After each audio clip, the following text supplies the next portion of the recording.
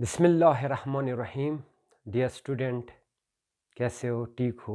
उम्मीद है आप सब खैरियत से होंगे। न्यूमेरिकल का जो सिलसिला हमने शुरू किया था, उस सिलसिले में आज हम कीपी बोर्ड के वेक्टर स्केलर यानी चैप्टर 2 के न्यूमेरिकल 4 के बी पार्ट को सॉल्व करेंगे। इससे पहले वीडियो में हमने ए पार्ट को सॉल्व किया था, अब हम बी पार्ट को सॉल्व करेंगे। So let's start. पहले क्वेश्चन क्या है? Find the magnitude and direction of a vector represented by the following pair of components. तो ए एक्स क्या दिया गया है? 3.9 सेंटीमीटर एंड ए वाई दिया गया है -1.8 सेंटीमीटर।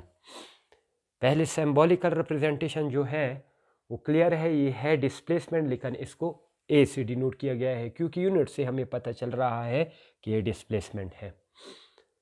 अब क्या दिया गया है? गिवन डेटा क्या है? एक वेक्टर ए के रेक्टेंगुलर कंपोनेंट दी गई है। ए एक्स दिया गया है 3.9 सेंटीमीटर एंड ए वाई दिया गया है -1.8 सेंटीमीटर। ये माइनस और प्लस हमें सिर्फ ये देगा। पिछले न्यूमेरिकल में मैंने आपको समझाने की कोशिश की थी कि इस प्लस और माइनस से हम सिर्फ ये डिटरमाइन करेंगे कि ये वेक्टर, ये रिजल्टेंट वेक्टर किस कोऑर्डिनेट में होगा। तो इसलिए सबसे पहले हम इसके लिए डायग्राम बनाते हैं। तो क्या हो गया डायग्राम? हम रेफरेंस कोऑर्डिनेट सिस्टम ड्रॉ करते हैं। ये रेफरेंस कोऑर्डिनेट सिस्टम है। ये पॉजिटिव एक्स, ये पॉजिटिव वाई, क्योंकि हमने कहा है थ्योरी में कि ओरिजिन के राइट साइड पे कन्वेंशनली एक्स को पॉजिटिव लिया जाता है। Above the origin y is taken positive, so below the origin y will be negative and on the left side of origin x will be negative. So now we have ax positive and ay negative. So हम ax चूंकि positive है तो ax किस तरफ जाएगा? ये ax होगा। This is ax। ये वेक्टर ए का ए एक्स कॉम्पोनेंट है क्योंकि पॉजिटिव है, हमने राइट की तरफ डाल दिया। और ए वाई क्या है? ये नेगेटिव है। नेगेटिव मीन्स ये नीचे की तरफ जाएगा, क्योंकि नेगेटिव है तो ये ए वाई हो गया। अब रिजल्टेंट वेक्टर क्या होगा? From the tail of the first to the head of the last. So this is the resultant vector, जो कि हम किससे डिनोट करेंगे? ए से, क्योंकि जब रेक्टेंगुलर कंपोनेंट्स ए एक्स ए वाई है तो इसका जो रिजल्टेंट वेक्टर होगा वो ए होगा। अगर ये बी एक्स और बी वाई होते तो इनका रिजल्टेंट वेक्टर पेयर बी होता। तो हमने क्या मालूम करना है? वेक्टर ए के मैग्नीट्यूड को मालूम करना है। मैग्नीट्यूड मीन्स सिंपल ए को मालूम करना है और इसकी एंगल। लेकिन इसके एंगल कौन से angle? Actual angle. Actual angle क्या है? The angle made by the vector with the positive x axis in positive sense. हमने ये जो रेड एंगल लिया है ये पॉजिटिव एक्स एक्सिस के साथ बना रहा है। और किस सेंस में बना रहा है? पॉजिटिव सेंस में। तो हमने मालूम भी यही करनी है। तो ये एंगल क्या हो गई? For example let's beta be the actual angle made by this vector. Okay. लेकिन अब अगर हम टेंजेंट इनवर्स ए वाई तक सी में ए एक्स लेंगे तो वो कौन सी एंगल देगा? वो हमें ये ए एंगल देगा, ये वाली एंगल। इसको हम किससे डिनोट करते हैं? थीटा से। ये क्वेश्चन हमें थीटा दे सकता है, फिर एक्चुअल एंगल का कंसेप्ट हमें एक्चुअल एंगल बीटा देगा। तो लेट्स स्टार्ट इट्स सोल्यूशन। हमने डायग्राम समझने की कोशिश की है। तो सोल्यूशन क्या है? रिक्वायर्ड डेटा क्या है? Magnitude of vector A, magnitude of vector A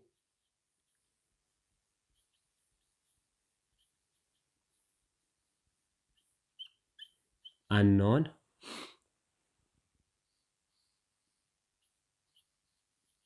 angle of vector A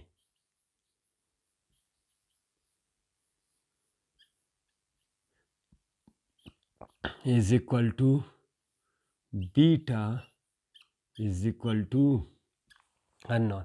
diagram बनाना ज़रूरी है, जब हमने उधर बीटा दिया है तो बीटा अननोन है।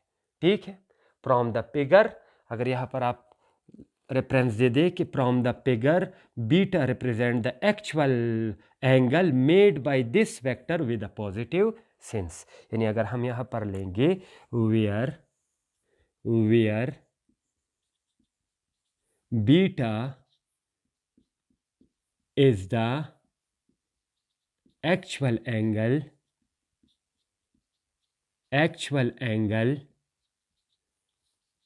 made by this vector A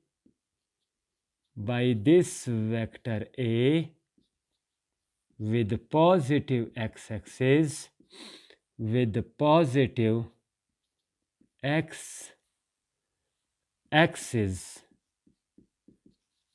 in positive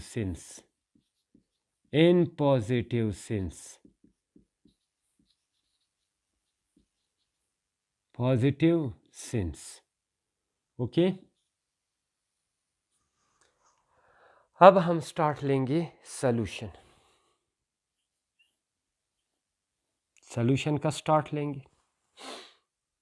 अब आपको पता है पहले हमने क्या मालूम करना है, by Pythagoras theorem.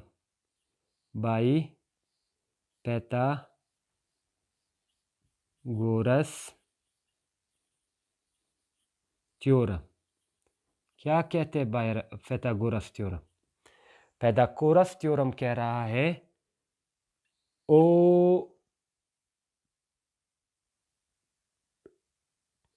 OM is equal to ML OM, इनको नाम दे दे OML, तो क्या हो जाएगा? OL हाइपोटेन्यूस है, OL square is equal to OM square plus hypotenuse length square is always equal to OM square plus ML square by Pythagoras theorem, ML square। तो OL क्या है? OL हमारे पास सिर्फ लेंथ है, एरो के बगैर A है, तो A स्क्वायर बराबर हो गया OM क्या है? OM हमारे पास है AX, तो AX अंडर रूट अभी नहीं लेनी है, sorry, AX square plus AY square, क्योंकि ML क्या रिप्रेजेंट कर रहा है? AY को। अब वैल्यूज पुट करो, हम इसको इस तरह भी लिख सकते हैं AX whole square plus AY whole square. AX क्या होगा? AX हमारे पास है 3.9 होल स्क्वायर प्लस AY क्या है? -1.8 स्क्वायर। अब हम यहाँ पर कैलकुलेट करेंगे, 3.9 स्क्वायर को ले लो कैलकुलेटर में, तो क्या आएगा? 15.21 मीन्स 21, 15.21 प्लस -1.8, -1.8 का स्क्वायर लेंगे तो माइनस स्क्वायर की वजह से प्लस हो जाएगा और हमारे पास आएगा 3.24।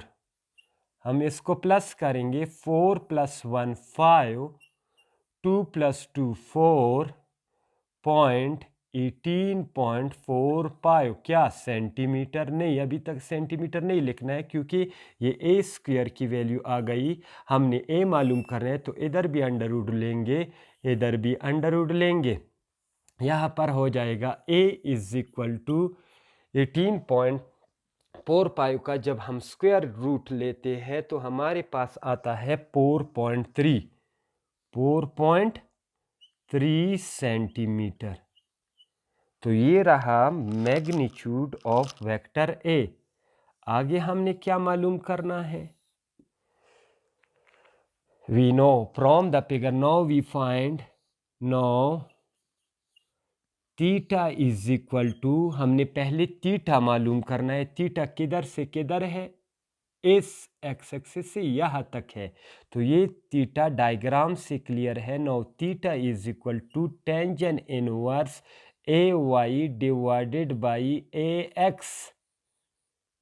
एक्स। तो टेंजेंट इनवर्स ए वाई, अलामत के बगैर यानी साइन के बगैर इसको पुट करना है। पास ऐसे कैलकुलेटर होते हैं कि अगर यहाँ पर आप माइनस पुट करोगे और ए वाई को ए एक्स पे डिवाइड करोगे तो रियली ये एक्चुअल एंगल देगा। वो खुद कैलकुलेट करेगा इस ए वाई की वजह से कि इसके किस कोऑर्डिनेट में है। लेकिन यहाँ पर आपने माइनस पुट नहीं करनी, आपने क्या करना है? 1.8 डिवाइडेड बाई 3.9। मैंने पहले बताया था 1.8 डिवाइडेड बाई ए एक्स किसके बराबर होगा? 3.9 के। पिछले क्वेश्चन में मैंने समझाया था कि क्यों लिया है theta is equal to tangent inverse a y तकसीम ए एक्स। ज़रा डायग्राम की तरफ देखो। इस थीटा के सामने जो साइड है उसे हम परपेंडिकुलर कहते हैं। तो हमें पता है टेंजेंट थीटा बराबर है परपेंडिकुलर क्या हो गया इस थीटा के लिहाज से? ए वाई तकसीम बेस वो क्या है? ए एक्स। अब थीटा क्या रहेगा? टेंजेंट उस तरफ जाएगा तो tangent inverse a y divided by a x. तो जब 1.8 को 3.9 से डिवाइड करोगे और उसका टेंजेंट इनवर्स लोगे तो आपके पास आएगा 22। थीटा हो जाएगा, यहाँ पर मैं करता हूँ theta is equal to 24.8 degree आ जाएगी। कैलकुलेटर के ज़रिए से करो तो ये हमारे पास थीटा आ गई। लेकिन हमने मालूम क्या करना है? बीटा। अब अगर डायग्राम की तरफ देखो तो यहाँ से यहाँ तक ये बीटा हो गया plus theta from the figure. हम इस तरह क्यों करते हैं? क्योंकि हमने एक्चुअल एंगल मालूम करनी है। और एक्चुअल एंगल का मतलब क्या है? पॉजिटिव एक्स एक्सिस से पॉजिटिव सेंस में घूमने को या रोटेशन को हम एक्चुअल एंगल कहते हैं। तो एक्चुअली ये वेक्टर अगर हम देखें तो पॉजिटिव सेंस से पॉजिटिव एक्स एक्सिस से पॉजिटिव सेंस में कितना घूमा है, कितना रोटेट हुआ है? 90 प्लस 90 प्लस 90 प्लस दिस। तो ये इसकी पॉजिटिव रोटेशन हो गई प्लस थीटा। सो हम क्या कर फ्रॉम द